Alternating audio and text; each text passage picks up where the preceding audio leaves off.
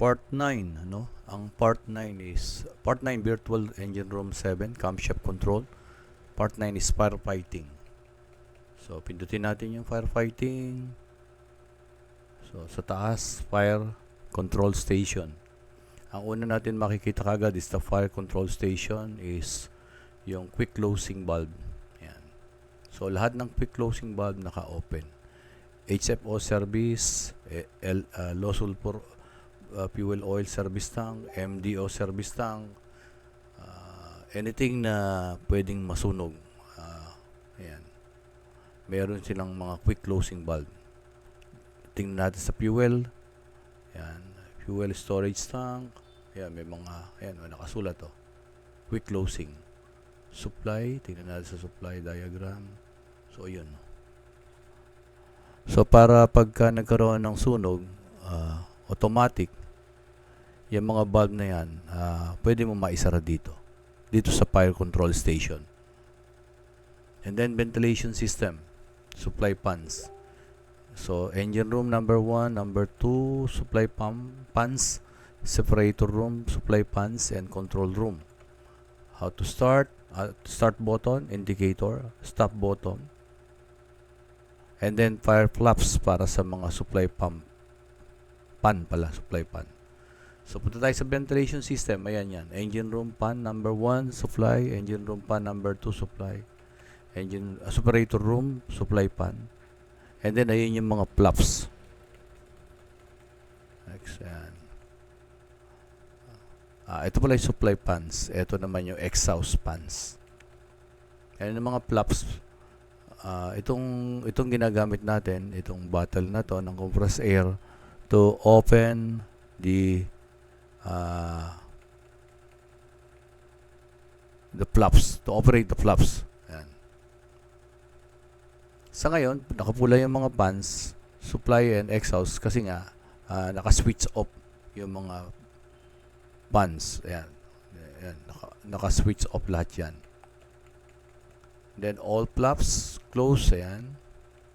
At naka-close naman kaya ayan. Sarado. At hindi rin bubukas yan kasi naka-zero yung compressed air. Yan. Fire flaps indicator. Yan. And then next tab is the hydrant. Ayan, hydrant. We have pump number 1 and pump number 2. So may suction sa seawater. And then we have the emergency pump. That in case of emergency, yan, pwede mong panda rin. And then, ito yung linyada niya, papunta sa different part of the vessel. Papunta rin sa deck system. Ano? And then, may international connection. Next tab is water mist system. Ayan. We have the nitrogen, seawater supply ng system. We have the high pressure pump. Control, standby, on. So, ito yung distribution niya, main engine, DG, kung ilang nozzles. Ito yung fire warning kung ang re-release sa main engine o sa DG or diesel generator number 1. Indicator kung naka-release ba. Ngayon, naka-auto. Water mist system operation mode naka-auto. What if gusto nating i-manual? So, lalagay natin sa manual. Ito yung gagamitin natin. Ito mga manual release button na to.